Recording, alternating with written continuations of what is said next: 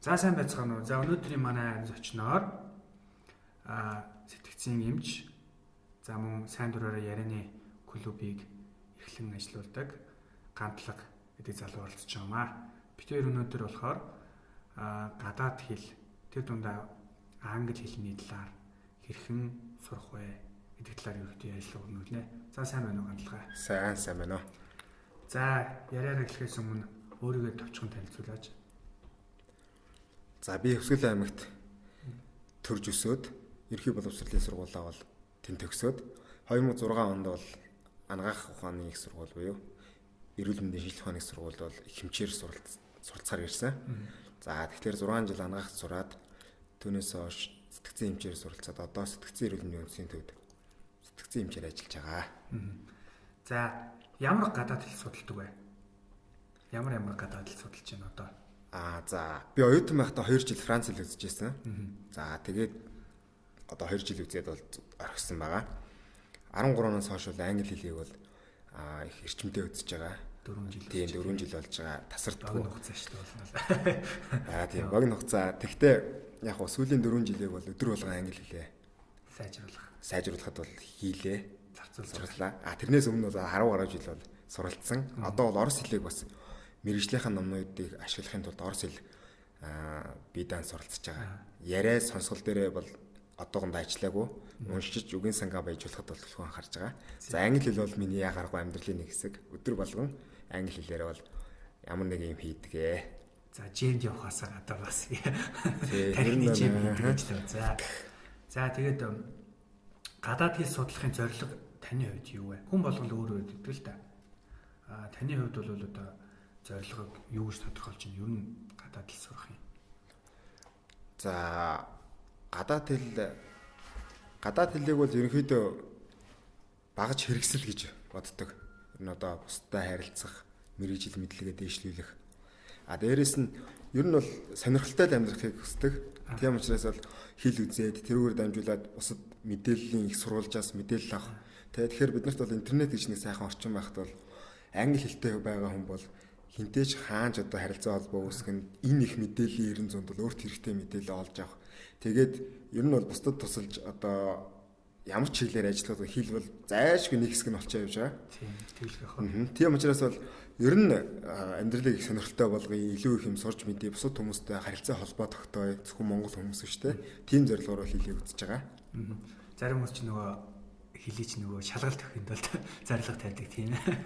Тэгээд таны хувьд бол ингээд амьдралыг бас нэг арай утга учиртай тийм ээ, сонирхолтой шүү дээ хэл судлах чинь тийм ээ. Харин ер нь бол хэл судлаад хүн бол их зөв хоббитой байдаг сайн гэж боддог.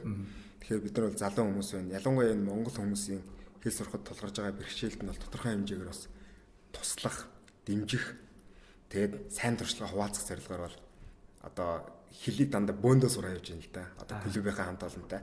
Олуулаа сурах бол их олон давуу талтай байдаг.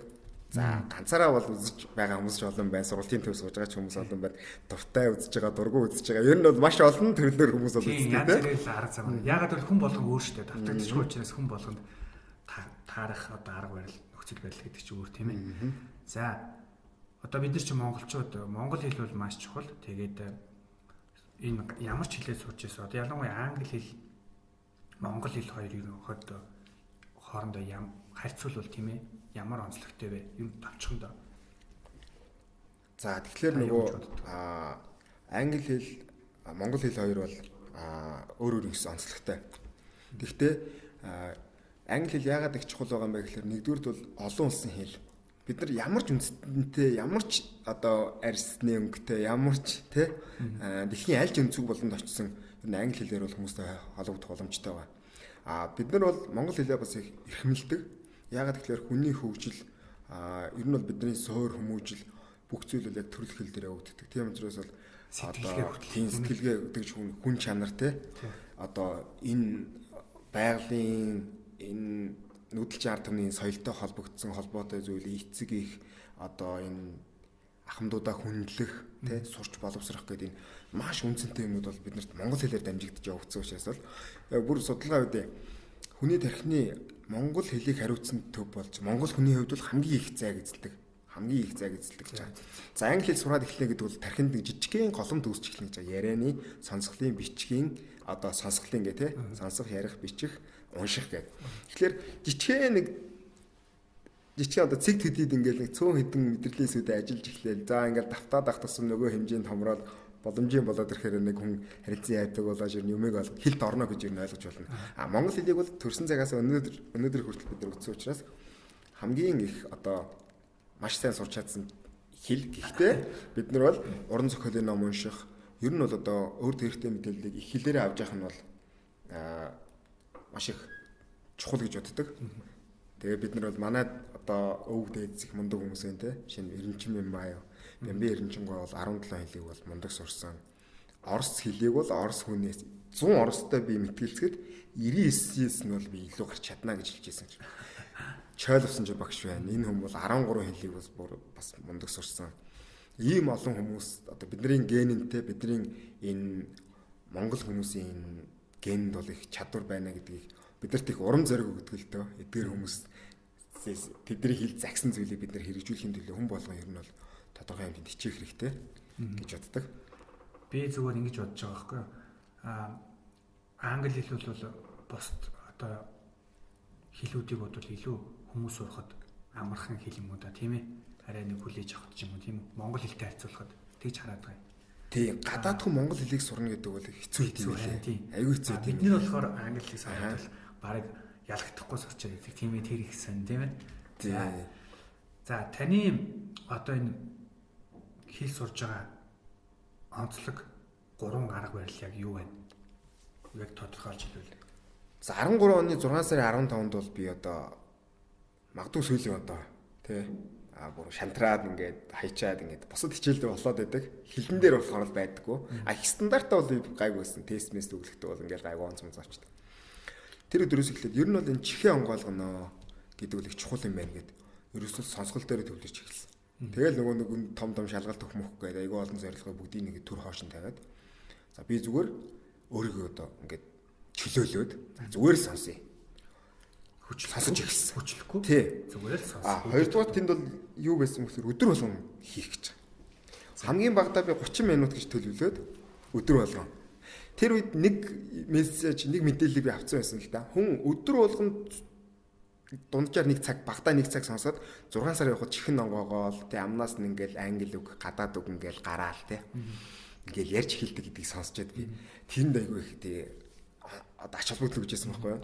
Тэгэхээр 6 сард эхлээл өөрөө юмч мэрэгчлээ болохоор яаж хүний сэтгэл санаа сэтгцэд нөлөөлөх юм бас өөр тэгээд хийж штэ. Ер нь тэгэл над би одоо өөр хэн дээрээ туршив те. Тэгээд 6 сар яваад 12 сарын 15 болоход би өдөр болгон хийгээд сонсоод тэнд очсон байсан. Тэгээд цаар баг миний тийм үү. чих онгоосонгүй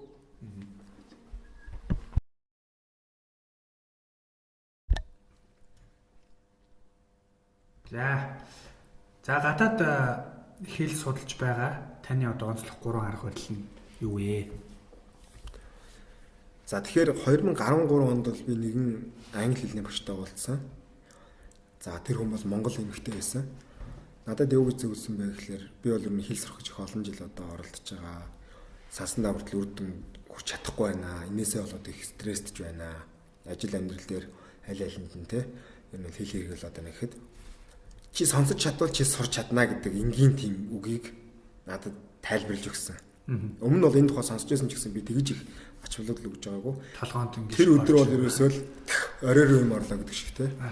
Тэгээд ер нь бол хэрэгтэй үед хүнд хэрэгтэй үгийг хэлчихнэ.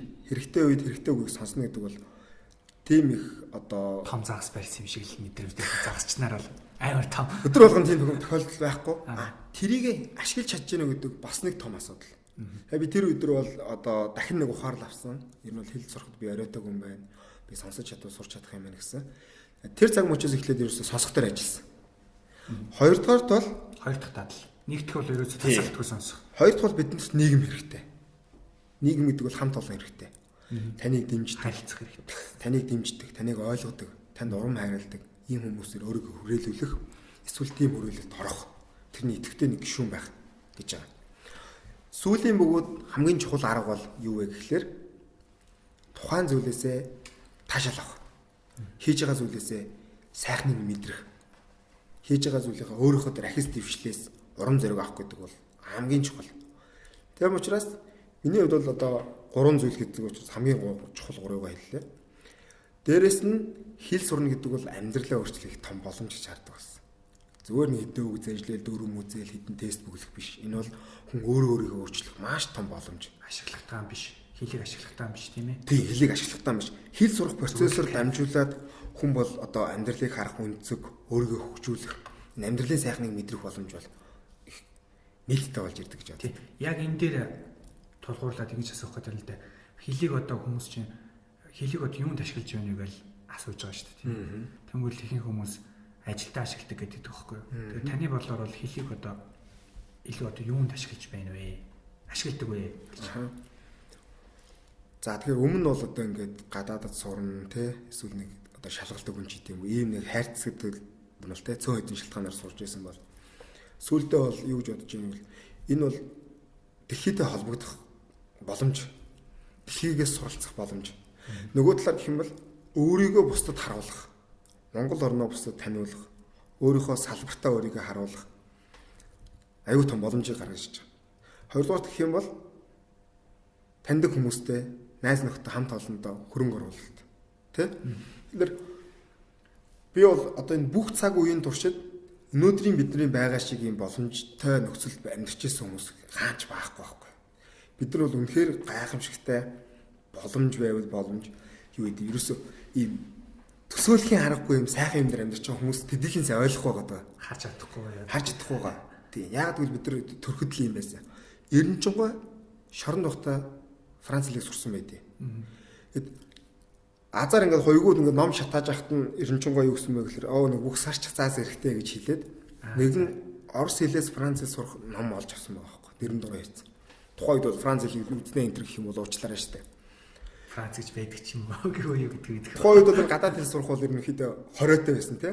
Орос, Монгол гэж хоёр улс байсан юм шүү тухайд. Тэгэхээр тэр үед Эренчугай тэг сурч байсан гэдэг чинь тэр өөрийнхөө одоо арга барилыг олсон тэр номын амтанд орсон хэл сурахын ач холбогдлыг одоо ойлгосон хүн бол тийм хэцүү нөхцөлд ч гэсэн хэл сурч боломжтой гэж. Одоо бол интернет бүх юм байгаа. Гар утас, компьютер биднэрт ерөөсө сургыг гэж одоо мэдэрсэн тэрийг хэрэгжүүлэх гэж байгаа хүмүүст бол энэ шиг их боломж ирнэ дахиж байх юм уу эргэлзэж байгаа гайхаж байгаа байхгүй тий.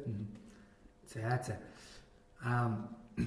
Гадаад хэл сурч байгаа одоо ямар ч хэл вэ? Англи, Солонгос, Япон, Орос тийм ээ ямар хэл сурч байгаа хүмүүс ерөөд ямар зуршлыг хэвшүүлээрэй гэж хэлмээр байна. За тэгээд хүмүүст нэг тийм би бол нэг тийм айхтар юу даалгавар өгөх их дургу болоод байгаа л да. Даалгавар гэдэг маань юу юм бэ гэхээр нэг тийм хүмүүст дарамтлах. Ер нь нэг жоохон тийм даалгавар гэдэг бол нэг тийм. Тэгэхээр хүмүүст ямар санаа авах гэдэг нь гэхээр хэлийг бол та хизээж эхэлж үзэж эхэлж болно. Тэрнээс өмнө сэтгэл зүг их сайхан бэлдэх хэрэгтэй. Хэлэндээ нэг аажмар дуртай болох хэрэгтэй. Ер нь л нэг савл хэвлэлээр ном барьж аваад идэг. Ер нь нэг англи юм байх юм бол юм таны үзэж байгаа хэлээр ямар нэг материал байх юм бол ер нь нэг барьж аваад сонирхчдаг. Гэсэн тэр нэг өсвөл тэмүүлэл бол нэгдүгээр байх хэрэгтэй байна. Араас нь дамжуулаад маш энгийн нэг нууц үүдэг хэл үзэгдэг. Тэр би бол ер нь нэг тийм англи хэлийг өндөр түвшинд эзэмшсэн болох юм биш. Гэхдээ би өмнө хизээч ингэж хэлийг сонирхож байгааг байхгүй юу. Тэр нь надад бол хамгийн их олзуурах штэ. Тийм учраас энэ дээрээсээ дөрүүлээд хүмүүс нэг тийм зөвлөгөө өгөх гэдэг л да. Монгол хэлийг би яаж сурсан юм бэ гэдгээл хүн бол өөрөөсөө асуудаг үзэх хэрэгтэй. Бид нар төрөөд сурах хүчийг бид нарт өгөөд л дүрм заагаад үзүүлээд байсан нь дүрмээ үзээдэг. Хэрвээ тэгсэн бол бид нар айгүй Монгол хэл сураагүй явж байгаа. Хүүхэд ихийн хэмлээд 5 сартаа байхдаа ээжийнхээ дууг таньдаг. Төргөөсөө өмнө хин миний аав, хин миний ээж үгдэг айл хэзээ мэдсэн байдаг. Энэ юу гэлж байгаа юм гэхээр сонсох гэдэг процесс бол бүр тэр хин хөвлөд байхаас ураг байхаас явагдчихдаг.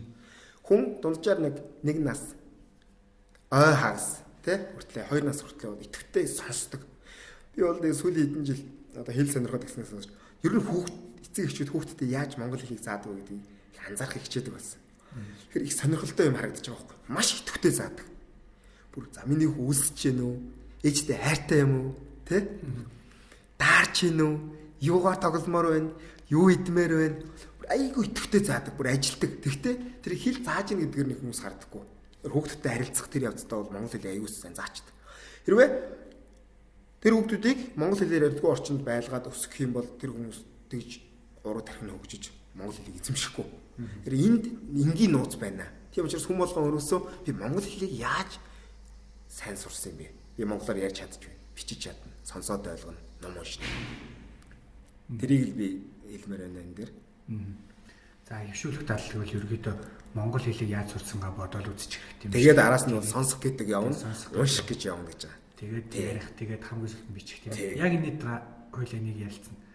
За гадаад хэл сурахдаа ямар хэрэгсэл технологи ашиглаж байна вэ? Таны одоо ашигладаг ямар хэрэгсэл технологи байна? Салшгүй. За би чинь одоо ингээд өөрөө яг сэтгцэн хэмжээр ажилладаг. Тэгээд одоо энэ компьютер гар утасны хитрхи хэрэглээ бол бидний амьдрал сөргөнөөлөө үзүүлж байна гэдэг одоо гадуур сургалт хийдэг те.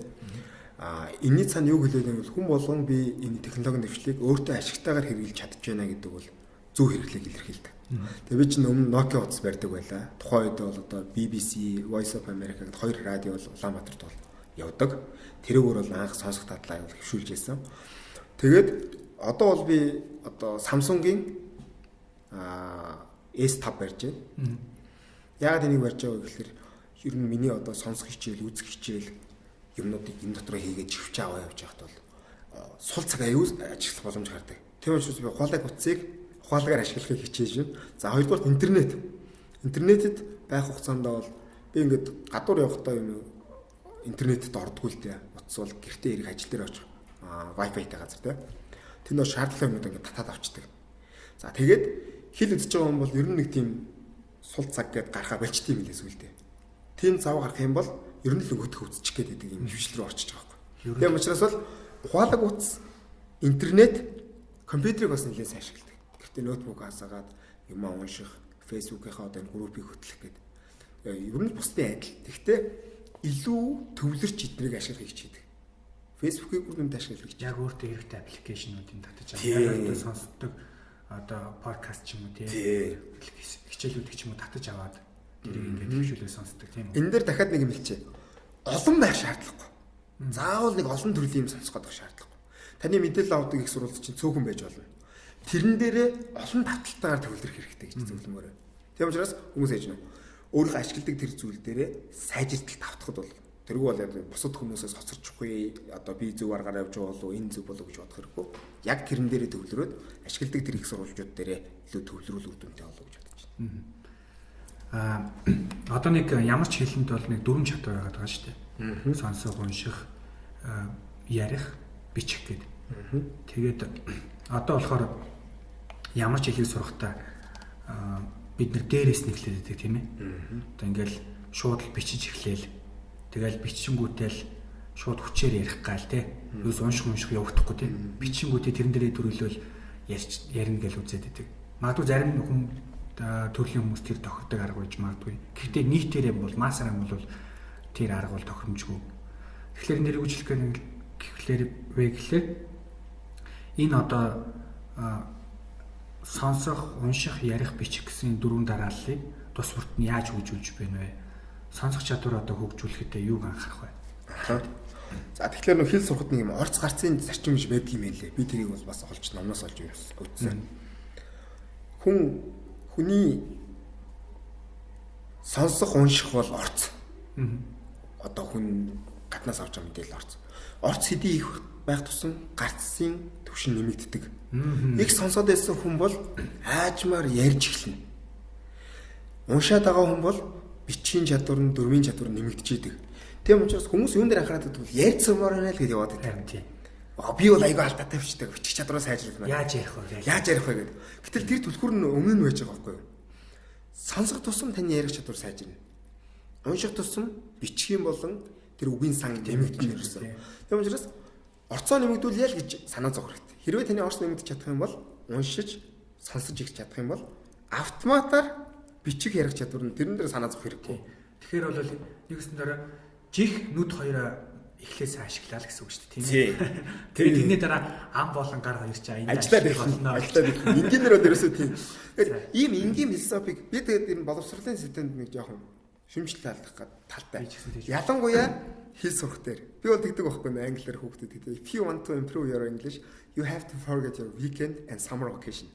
Та хэл сурах гэж бол хагас бүтэн сайнаа мартах хэрэгтэй, зуны амлалтаа ч гэсэн мартах хэрэгтэй. Гэхдээ битгий санаа зовоорой. Энийг хэлж байгаа. Одоо бид нар ингээл англи хэлний гүнзгийрүүлсэн сургалтаа ингээд сурдаг гэл 7 хоногт 3 удаа ажиллаж. Оо ямар олоор юм бэ? Амар үздэг юм. амар дөрөв үзэл хийдэг. Одоо амар үзээд 7 хоногт 3 удаа гэдэг чинь давтамж нь айгүй олон байна. Үгүй. Та хэрвээ хэлийг сайн сурах гэж бол 7 өдөр л үтсэх хэрэгтэй. Тэгээд боловсролын систем яа тий. Бид нар 10 жил сургалтанд одоо хичээлдээ яваад 6 сард амраад 9 сар 3 сарын амарч байгаа штэ. Баахан үзчихсэн нөгөө хичээлийн сэдвийн дагуу үзчихсэн юм 3 сар ингээд хийхгүй яваад ороод ирэхээр буцаад нөгөө баг төвшин зүг ороод ирчих واخ. Тэгэхээр хөлийг үзнэ гэдэг бол ерөөсөө хүн юу гэдэг нь хоол унд идэж уудаг шигээ тий. Ус агаараар усууж агаараар амьддаг шигээ. Ерөөсөө л амьдралын нэг хэсэг болчихно гэж байна. Гэтэ энэ дээр би хүмүүст битээ нэг хүн дээр авлаж аваар гэдэг үднээс нэг зүйлийг хэлмээр байна. Миний сонсож эхэлсэн анхны 1 сар надад хэцүү байсан. Мартчих гад. Тэгээ өдөр ингээл ерөөсөө нэг л мэдээд өнгөрч. Орой болоод орондоо ороод хэвтэн чи. Зарим өдөр чи юу хэлээг босч яж байгаа байхгүй. Сонсоогүй штэ гээд 15 минут нүдэ анж чивчээ ээж нэг радио сонсчил тайвшрал унтчих байгаа. Тэрнээс хойш улам л амархан болоод. Одоо бол надад одоо англи хэлээ өдөртөд 2 3 ерөөсөө цаг байна тэр үздэг ч гэсэн. Ерөөсөө л нэг хоол ундад идэж уудаг тийм амархан болсон надад. Тийм одоо зовлонтой биш ерөөсөө. Ядаргаатай биш. Тийм ерөөсөө л easy. Хэрлэх чухал юм шүү. Тэгэхээр эхний 1 сар, магадгүй эхний 3 сар. Тэрнээс хойш бол таны амьдралын нэг хэсэг учраас та санаа зовох хэрэггүй. Бүх юм ингийн болоод эхэлнэ. Тэг ин амьдралдаа хөвшүүлээд эхэлж болчих тийм ээ. Тэгээ сонсох чадвар одоо хөгжүүлэхдээ хамгийн гол нь тогтмол сонсоод байх хэрэгтэй. Тэгээд нэг юм дагнаж сонсож байх хэрэгтэй тийм ээ. Гэхдээ ингээд сонсно гэдгээс та өөрийгөө бүр ядрах ч юм шиг ингээд өдөр шөнөгүй сонсох тухай юу яриаггүй шүү дээ. Тодорхой өдөрт нэг цаг ч юм уу 7 хоногт нэг ч юм ингээд тийм ээ алгасаад тийм ээ сонсох тухай. Ер нь ямар төрлийн одоо юу сонсож байна? Радио сонсож байна, подкаст сонсож байна, сонирхол бол сонсдог. Би зүгээр YouTube, Google хоёр байхад бол энэ шиг хоёр сайн багш байхгүй гэж боддог байхгүй юу? Би зүгээр нэг хэл сурах тал руугаа гэдэг нь бол арай бага. Сурмаар байгаа, мэдмээр байгаа юмынхаа түлхүүр үгийг бичээл энтер дарж байгаа байхгүй. Тэгвэл чагсаал гараад байна. Одоо Bill Gates-ийн тухай ч юм уу те. Зүйд Facebook-ийн тухай ч юм уу. Юу ч хийж болно. Миний сонирхлыг одоо машин сонирхдаг бол машин. Тэгэд сонсох дээр маш чухал анхаарах нэг юм байгаа. Хүмүүс ингээл сонсох хэрэгтэйгээ сонсоол чөвчээ гээл ингээл юм сонсоол юм үзэл эхлээл ингээ явж итлээ. Өөрөөсөө юу гэж асууад өгөх. Энэ юу гэдэг юм бол би ерөөсөө юу ч ойлгохгүй шүү дээ. Ер нь ойлгохгүй хүмүүс хэрэг байгаа юм уу? Би ер нь зөв аргаар үзгүй. Хин хандах уу яах вэ? Амар олон асуултыг өөрөөсөө асууад эхэлдэг. Та сонсоод ойлгохгүй бол таны төмөн зөв. Яг л чихээ дөнгөж одоо онгойлох гэдэг ихнийх алхам хийж штэ. Энд би зөв яагаад би юм удаан хугацаанд сонсож чадсан бол гэдгийг эргээд бас хаяа бодоо гайхдаг байхгүй юу? Тэр үед надад юу байсан бэ гэхээр хаяа бид нар дуртай дуугаа сонсоход бид нар үгийг ойлгохгүй ч гэсэн гоё байдаг шүү дээ тийм сонсоод түнгээл те гадаад дуу сонсвол би энэ дуу чинь айгүй дуртай шүү дээ те яг тэрэн шиг одоо подкастууд радио юу хийдэм би одоо англиар сонсож байгаа тэр ярен яг тэр хөгжим шиг надад мэдрэмж төгөлж ирсэн байхгүй би англи дуу сонсоод нэг ядраад юм уу яадгүй харин ч гоё ингээд бүр стресс тайлагдаад тэрнээс их сайхан кайф аваад эхэлдэг те тэгэд ойлгохгүй байлаа гэж таны зогсох шалтгаан биш ойлгохгүй байвал та өөртөө өө би зөв явж байна гэж хэлэх хэрэгтэй. Тэгтээ хүний бие угаасаа хамгийн ихний шатнд эсэргүүцдэг тийм ээ. Айлгүй ямар ч юм хүлээж авахгүй эсэргүүцнэ. Явандаа айжмдаа хүлээн зөвшөөрнө. Тэгээд аав гэдэг нөгөө нэг гаргалаа байдаг шүү дээ тийм. Тэгэд хүн магадгүй ингээд танд их хэцүү санагдаад явгод их бэрхшээлтэй бол таны үзэж байгаа суралцж байгаа арга барилт нь биш байна гэдгийг нэг илэрхийлж байгаа. Хүмүүс магадгүй нэг хичээгээд нэг 2 сар юм уу яваад ингээд тань нэг сайхан сэтгэл төрөхгүй та тэрнээс урам зориг авахгүй бол дахиад арга өөрчлөх хэрэгтэй. Юм сурахад бол хүн их тийм нээлттэй байх хэрэгтэй юм шүү. Тэгэд ерхий одоо ийм бидний суралцсан систем юу заадаг вэ гэхээр за энэ тул чи ингэж л хариулна шүү гэдэг нэг айхтар юм ойлголт өгчдөг. Тэгэнгүүт тэр бол өстой сайн зүйл биш. Алдаж болохгүй гэдэг нэг шууд хайцганд оруулцдаг тийм. Алдаж болохгүй гэдэг. Уул нь бол алдчих хэвчээ шүү дээ. Тий, алдчих юм сурах хэвчээ тий. Буруу хийжээ сурах хэвчээ, буруу унших хэвчээ, буруу ойлгож ирсэн ч хамаа байхгүй. Тэгэл явжлах хэвчээ шүү дээ. Ямар тэгээд сураад ихлээр хүн байнга нэгдүгээр шатандаа байгаад байхгүй. Цааш яваад ихлээр энэ процессос чинь амьдралын маш сонирхолтой зүйлүүд цаашаа өрнөнө. Маш сонирхолтой. Яг хэл сурна гэдэг бол тодорхой шинэ соёлд суралцж байна. Шинэ хүрээллийг бий болгож байна. Шинэ одоо мэдрэмжийг авч яах гэдэг ингээ яваад. Ер нь цаашдаа тэгээд хэлэнд нэг дурлаад эхлэх юм бол тэгэл ерөөсөө тэгэл ярьдаг болчихно. Ярьдаг болчихно. Тэгэл хүний амьдрал жишээ нь ингэж байгаа байхгүй. Одоо би ажил дээр 100 гэд манайхан сайн дурах ярьж байна л да. Тэн дээр орчууламар хин яваа сайн дураарай. Би чинь хилээ үзэх дуртай гээл тий. Цалин мөнгө сайтай ажил дээр бол цалин мөнгө сайтай ажилт нь бол манай мундгууд явна шүү дээ. Оо энэ сайн дураараа цаг нөхцөөсөн эсвэл яг нэмлэг танилцуулах энэ хүмүүсийг зугаацуулах юм байг би дуудаж байгаа байхгүй. Тэгээд тэн дээр яаж юм наа захна гэхдээ би одоо тэр хүмүүстэй өдөржин ажиллаад хилнийхээ мэдгийг дээшлүүлж чинь цалингаа бүтэн авчина. Тэг хин надад бонус өгөх юм бэ? Хилээ сурж байгааг нь л бас нэг үр дүн шүү дээ, тий. Энэ дээр танай клуб одоо маш хүчтэй сайн уншигч болоё гэдгийг хөвшүүлэх гээд одоо явж байгаа юм шүү дээ. Өөрөөр хэлбэл яг нөгөө миний харж байгаагаар бол яг нөгөө шатаараа явж л байна гэж хэлэх гээд байна л да. Тэгэхээр танайх бол сонсгол дээр анхаарад 2 3 жил ингээ яваад хүмүүс нь ярьдаг болоод өөрөөр хэлбэл та бол одоо нөгөө нэг оролтонд анхаарсан тийм ээ. Сонсгол явагдаад тэнгүүд нь хүмүүс танай клубын хүмүүс хангалттай яриад бүр ингээд болцсон байгаа байхгүй. Тэнгүүд дараагийн ээлжинд болохоор уншихаа сайжруулах юм бол манай дараагийн шатны нөгөө бичгийн чадвар сайжирна гэдэг тэгж таны одоо ирээдүйн алсаарыг бол тэгж л харж байна л да. Тэгэхээр уншихаас унших чадвараа ерөнхийдөө яаж сайжруулах вэ? Ингээд ч гэсэн одоо ингээд би дэлхийд дахнаас суралцах боломж олж байгаа. Би гэлтгүй одоо Монголын олон залуучууд интернетийн одоо ачаар те дэлхийн одоо мундаг хинээс суралцах боломжтой хамгийн гоё те. Би одоо нэг хүний тухайн нэрийг мундаг хүний тухайн нэрийг сонсоод интернет ороод хайхад гарч ирдэг те. Тэгэхээр тэндээс юу хэлж ийнэг вэ? Хүмүүс ингэж их асуудаг. Одоо англи хэлний багш нараас англи хэл судлаа явж байгаа сайн сурсан хүмүүсээс би ямар ном унших уу гэдэг. Яг би хүнд ном зөвлөх боломжгүй байхгүй юу? Тэгж болохгүй. Яагаад гэвэл таны дуртай сэдв юу вэ? Тэр дагуу ном унш. Энэ бол хамгийн сайн сонголт гэж байгаа.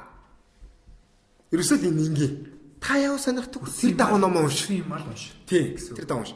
Тэгж чадах юм бол таны унших бүтээмж, таны тэр одоо суралцж байгаа энэ процесст чинь эерэг үр дүнгууд ерөөс харагдах болно гэж. Тийм. Заавал хин нэгнээс хүлээх биш. Магадгүй хүмүүсийн зөвлөж байгаа номыг уншихад сайн болж байна. Дуртай номоо та унш. Тэрнээсээ кайф урам зориг ав. Тэгэхээр ерөөсө хинээр шилүүлүүлэхгүй хийж байгаа ажил гэдэг бол хүний хамгийн үр дүн гардаг ажил гэж бид нар боддог. Тийм шүү. За ярианы чадвар одоо хүмүүс ч ингээд нөгөө ялангуяа нь одоо дунд сургууль хүүхдүүд ч одоо ингээд дүрм үсээр аваад ярьдаг хүн байхгүй болчиход шүү дээ. Тийм 12 төгсөөд ярьдаг хүн бол хэцүү шүү дээ ер нь бол. Тэгэхээр ярианы чадвараа яаж хөгжүүлэх хэрэгтэй юм бэ? Энэ талаар. За хүн ингээд одоо би хэллээ те уншин сонсно гэдэг. Тэгээ хүн чинь бас нэг мэддэг үгийн тав ганц нэгээр нэмэгдээд ингээд явна те. Тэр үеэс эхлээд ер нь байгаа үгийнхаа нөөцийн хэмжээнд бол ярихыг чармаах хэрэгтэй. Хэрвээ ярих хүн байхгүй бол жишээлбэл яах вэ? Тийм. Ярих хүн байхгүй бол гамлет ч үүрэг. Би бол тэгдэг надтай ярих хүн байхгүй бол би сонсол дээр л үргэлжлүүлэл анхаа явдаг. Гэхдээ ер нь бол ингээд нэг тийм хобби болчдөг. Манай эхнэр хүртэл намайг зүүдэндээ англиар ярьсан гэж шоолоод байдаг байхгүй юу? Тий. Тэгэд өрөөндөө би ганцаараа өөр өөртөө ярьдаг. Өөр санаа орж ирэх юм бол зүгээр нэг юм англиар хэлчихдэг байхгүй юу? Бүр ингээд нэг хэл загтнаад. Тий. Хоёрдугаар гэх юм бол ярих хүн байхгүй гэж бас хэрвээ таны интернет байгаа бол та хэл сурч байгаа хүмүүстэй холбогдоод Skype-аар, тий Facebook-ийн видео чатаар ярилцах боломжтой. Мөн яг нь таны иргэн дээр хүн амьдарч байгаа бол тэдрийг өдөөлтөө тий хэл суръя л да. Энийг та санаачлахтай гэхэд надад иргэн дээр англиар ярьдаг юм байхгүй гэх биш. Тэр санаачлахыг өөрөө гаргаад тэр хамтрагчаа хамт суралцах тэр хүмүүсээ идэвхтэйгээр ирэл хийх хэрэгтэй. Таны амьдарч байгаа орчинд англи хэл хэрэгтэй байгаа учраас суралцж байгаа хэн нэгэн байж л байгаа тэнд.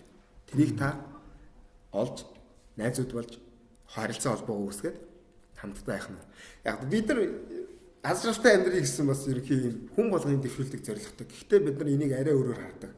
Шин зуул суралцъя. Шин найз нөхдөд болъё. Шин газар үзье. Шин газар үзье. Би эндээ уран зориг хайрлаа. Тэр хүмүүстэй хамтдаа суралцъя. Ижилхэн зорилготой хүмүүс нэг дор байна гэдэг бол үнэхээр гайхамшиг байхгүй. Ягаад гэвэл ярьж байгаа юм болгон маань бидэрт хэрэгтэй зүйл байдаг тийм. Олон болох хэрэгтэй. Олон болох хэрэгтэй. Тийм учраас яриагаа сайжруулах гэж байгаа бол сонсох дээр анхаарна. Хүмүүсийг бас сурах уриалн дуул заах гэж үзэх хэрэгтэй. Тийм ээ. Заах гэж үзэх хэрэгтэй. Наад ч өстой гой санаа. Заах гэж үзэх хэрэгтэй. Бүр та англи хэлний present simple цагийг мэддэг бол тэрийг бусдад заагаад өг. Тэгэл заасны дараа за энэ дээр чи ингэж хэлмээр юм шүү, ингэмэр юм шүү. Тухайн хүн танаас юм асууна гэдэг. Яг наадах нь зөв. Одоо миний хувьд бол одоо клуб өөрөө бол урд нь манлайлагч хийж байгаа шүү дээ. Одоо бол урд нь явж байгаа. Гэхдээ арын хүмүүсээс бүх юм асуудаг байхгүй юу? Хүн болгон өөр юм асууна. хүн болгон мотивац өгдөг. Санаа өгдөг. Манай гişиг тэгж асууж ирсэн шүү гэдэг. Тийм учраас бусд заана гэдэг бол наадах чих гоё санаа өөрөөс юм бол маш гоё санаа гарч иж байна. Тийм. За тэгээд за ингээ хамгийн сүүлд нь бол бичих чадвар байгаа. Тэгэхээр бичих чадварыг бол хүн болгон мэднэ л дээ. Яагаад гэвэл хүмүүс ч одоо ихэнх гадаад хэлсэрж байгаа хүмүүс маань дөрмөөс нэхлээл тийм ээ. Тэгэл бичээл дөрмөө хувиргаал өгүүлбэр болгоол ингээл явж байгаа.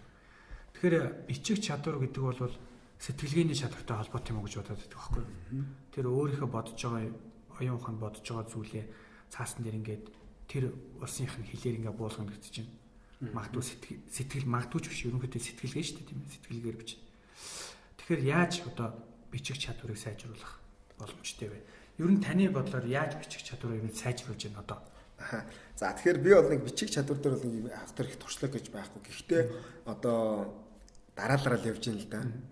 Ууших чадвараа төлхөө болгоё. Дээрэс нь хүмүүст ямар зөвлөмж өгдөг вэ гэхээр өөрийнхөө бодол санааг хөтэлдэг тийм блоктой болгох юм уу тий? Монголоор. Тийм Монголоор зүгээр тэмдэглэл хөтэлдэг. Тэмдэгддэг. Тэнгуүс эвцтэй болно гэсэн үг байна шүү дээ өөрхийн санаа. Би зүгээр яг энэ одоо битэрийн яриаг сонсож байгаа хүмүүст өөрөөр нэг зүйлийг бас нэг том нууцыг хэлмээр байна. Тэр юу гэхээр журнал хөтлөх гэж нэг юм байдаг юм лээ. Хэл сурж байгаа хүмүүст. За. Тэр нь юу гэхээр нэг асуултыг өөрөөсөө олон өдөр асуух. Тэрийг бичих гэж байгаа. Би яаж англи хэл сайжруулах вэ гэдээ та нэг өдөр бичихт нэлээд бичигдэн өнөдөр. Оо бодсон юм. Оюун санаанд авд. Маргааш дахиад дэвтрээ гаргаж ирээд би яаж англи хэл сайжруулах вэ? Дахиад асууна. Өөрөөсөө бичин тэр асуу. Бичээд ингэдэг. Магадгүй 5 хоног бичих таны өмнө бодож исэн юмнууд бичигдээ дуусчих жоох байхгүй. 6 дахь хоног за би англи хэл сайжруулах вэ? Өмнө бичдэг юм бичихгэнгүүт бодож эхэлнэ. Өмнө бол нөгөө бодож исэн юм шиг автоматар ороод ирнэ. Над бодох шаардлага байхгүй. Угаасаа уурга дахин байсан юм. За одоо яах вэ гэдэг ингээл эргэн тойрны харж эхэлнэ. Бичээгүй л бичих гээд байгаа. Тийм бичээгүй нь хайж байгаа. Одоо дахин ашиглаж эхэлж байгаа байхгүй. Ярианы клубын улсад очно гэж би чинь 2-3 сар болчиход ирсэн очиагүй. Очноо үзчихээд үзнэ. Ярианы клубт маргадгүй очир чи шин санаанд авсан мó. За би яаж англи хэл сайжруулах вэ? Клуб дээр хүмүүс гэдэг ингэж ирж байсан гэдэг. Уурга тархин ухаж эхэлж байгаа. Бидний энэ дотор ийгөө маш сайхан одоо бодол санаа, шин санаа бүтээж байдлаар ирсэн нуугдчих идэг. Хүмүүс энийг нэг анзаардаггүй. Гаднаас л хайгаад идэг. Хин нэгнээс бусдаас байж болно. Гэхдээ багшид найдаад одоо хэл сурна гэдэг бүр найдацсан. Нэг хүн өгнө гэж бодсон. Юусаа надад л энэ хүн өгнө. Эсвэл нэг сургалтын том надад өгнө гэж бодсон. Өөрөө болохоор байгаад байгаа. Өөртөө бол итгэхгүй болт те. Тэгэл тэгдэгэл байна л да тийм үү. Тэгэл өөрийгөө ухах тусам хүн болго амьдралаараа мундаг ном бичих боломжтой. Тэгэхэд энэ чадварыг ашиглаж амьдралаа өөрчилсөн их олон хүн байдаг юм л. Тэгээ би энэ жил бол их унши журнал хөтлөе гэсэн хоёр өнхрийн зорилго тавьчаал явж байгаа байхгүй. Би бол одоо бичээд эхэлсэн байгаа. Тэгэл одоо англи хэлээ яаж үр дүндээ сайжруулах вэ? Цаашдаа бичих чадвараа яах вэ? Энэ одоо өнөө авч гадагшаа явдаг шалгалтуудад бэлдэж байгаа хүмүүст яаж туслах ч юм уу те. Тэгэнгүүт хүн юу гэмдээ тэгэл тэмдэглэв чи тэгээд гайх заримдаа ийм бичсэн юм шүү дээ. Энэ хаанаас гарсан санаа надаас гарсан бүр гайхаж байгаа байхгүй юу. Тэгэхээр бол өөртөө итгэж уурга дахин даваа тэр нөөц уулзгаа бид нар ашиглах нь бол одоо чинь геологийн чинь уул уурхай эрдэс нөөцтэй баялгаа хайгаад олоод тэрийг олборлж эхлээд тэг үр шимийн хүчтэй адилхан. Уурга тэрний хаа нэгэн байгаа шин санаагаа олоод тэрэн дээрээ төвлөрөөд олон дахин асуугаад яа маш гоё санаа гарна гэдэгт бол би бол итгэлтэй. За ингээд хоёлаа ерөнхийдөө ярьслаа хийж дууслаа. Тэгээд одоо сүүлд та яг юу гэж хэлмээр байна хэл сурж байгаа хүмүүст хэлэх ямар зөвлөгөө юм уу одоо яг өөр чинь тохиолсон те. Эсвэл танай клубын гишүүдэд одоо сайжраад одоо нүдэн дээр чи ингээд сайжраад ингээд явж байгаа хүмүүс ямар зүйл хийсэн талаар. Тэг бид нар нэг сайхан шинэ жилээ тэмдэглэсэн те. Тэгээ нөө шинэ жилд маань бас зарим шинэ гишүүд ирсэн. Тэгээ манайхан за шинэ жил эхэлж जैन сонь сайхан юу байцгаана гэж ихэлсэн жил оо бас англиар дуржигнуулж шүү манайхан. Тэгээ манай шинэ гишүүд ядаж өнөөдөр монголоор явж болохгүй мó гэсэн тийм санаа гаргаад дараа нь юм хошин яриа гарсан байхгүй юу? Юу гэсэн бэхлээр шинэ жилийн үдшилтээр би гишүүдээс өнөөдөр л монголоор ярьчих тэхүү гэж өвдөгсгдэн гуйлаа гэд. Тэгэхээр ер нь бол бүгдээрээ одоо энэ хүн болгон шаардлагатай ба англи хэлийг одоо зориод сурья. Англи хэл гэлтгүү манай клубын бас нэг инженери гаргасан санаа дахиад нэг хэл барьж авъя гэсэн юм санаа гаргамаар байна. Мөн хэрвээ та Facebook ашигладаг, хэрвээ та одоо интернеттэй бол бидэнтэй нэгд. Бид нар бол өдөр болгон хэл сурахад хэрэгтэй, амьдрал хэрэгтэй зүйлүүдийг бол групп дээр бас нийтлээд ингэ явж байгаа. Тийм учраас бидний хийж байгаа үйл ажиллагаанаас санаа аваад таны амьдралд баг ч гэсэн өөрчлөлт гарч байгаа бол та бол үнэхэр мундаг шүү гэж хэлмээр байна. Монголын бүх залуучууд ч гэлтгүү тий аль ч насны хүмүүс бол хүсэх юм бол англи хэлийг сайн сурч чадна. Англи хэлнээс бүгдээрээ тий эрч хүчийг мэдэрцгээе. Сайн сайхан зүйлийг одоо урам зоригоор бүгдээр хөтлөгдөж суралцъя. Тийм учраас бол та бүхэн тасралтгүй сурахыг тий насан туршдаа л суралцсан шүү. Насан туршдаа суралцахын сайхан тал юм бэ гэхээр бид нэр олон зүйлийг одоо сэтгэлсэн шүү тий. Олон зүйлийг бид хэрэгжүүлэх болно. Өөрсдөөсөө бас өөрөөрөө бахарах нь өөрийнхөө ахис дэвшлэл харна гэдэг бол хүнд их сайхан зүйл байдаг. Тэгээд ганцаараа биш олуулаа гэж. Коллектив интеллиженс гэдэг чинь юу гэсэн бэ? Олуулаад ухаантай бай гэж. Нэг хүн ухаантай байх тийм чухал биш. Тийм учраас Монголын залуучууд бол мэдлэг боловсралтай, эерэг, зөв бодолтой, бие биенээ гэсэн сэтгэлтэй энэ залуучууд бол улс орныг хөгжүүлэхэд бол хамгийн чухал үр өгсөн. Манай залуучууд бол цаашдаа нийгмийг бол манлайлна. Тэгээд бол сонсогчдоо одоо бүгдэнд нь амжилт хүсье. Тэгээд яах нь бүх зүйл жижиг зүйлээс эхэлт юм шүү. Жижиг зүйл дээр хамгийн урт зам хамгийн жижиг зөвхөн алхалтаас эхэлт юм шүү. Зөвхөн алхалтаас эхэлт гэдэг зүйл байна. Нэвтрүүлэгтээ урьсанд баярлалаа. Баярлалаа. Чамд ч бас амжилт хүсье.